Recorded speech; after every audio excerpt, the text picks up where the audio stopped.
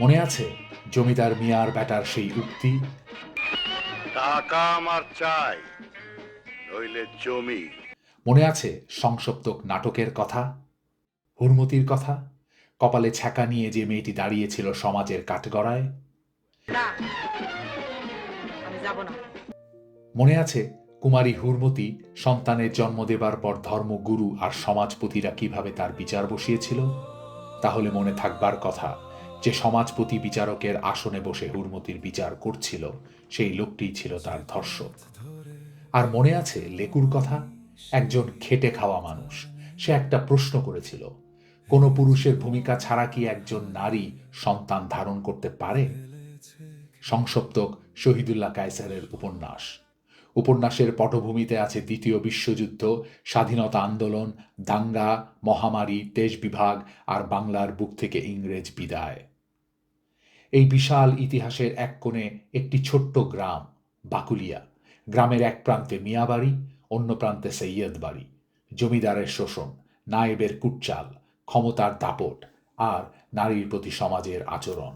দেরি হয় হুজুর, কারণ আমি হয়ে আসি। কি হয়ে আসো? এই সব নিয়ে শহীদুল্লাহ কায়সারের সংসপ্তক। 2018 সালের অগাস্ট মাসে বরিশালের উত্তর কড়াপুর মিয়াবাড়ির পুরনো মসজিদ দেখতে যেয়ে শুনেছিলাম এই মিয়াবাড়ির কথাই উঠে এসেছে শহীদুল্লাহ কায়সারের সংসপ্তক উপন্যাসে। তিনি নিজেও এসেছিলেন এখানে। জমিদার বাড়ি এখন শুধু ধ্বংসস্তূপ, কিচ্ছু নেই, কিচ্ছু না। তবে একটা স্থাপনা টিকে গেছে, মসজিদটি। উঁচু বেসমেন্টের উপর দাঁড়িয়ে থাকা পুরনো মসজিদ, নিচে কয়েকটি কক্ষ, উপরে 3টি ছোট্ট গম্বুজ।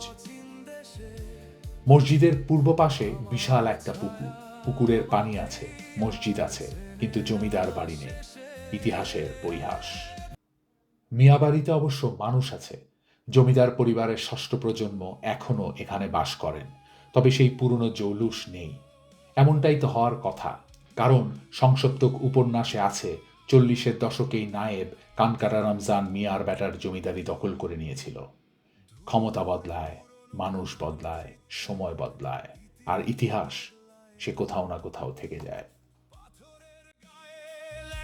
চিহ্ন হারিয়ে ফেলেছে দাম, কুয়াশা নামে ভাঙা মিনারে, অন্ধ জানালায় নামে আলো, ছায়া নামে ইতিহাসে ফিরে আসে মন্দ, আসে না।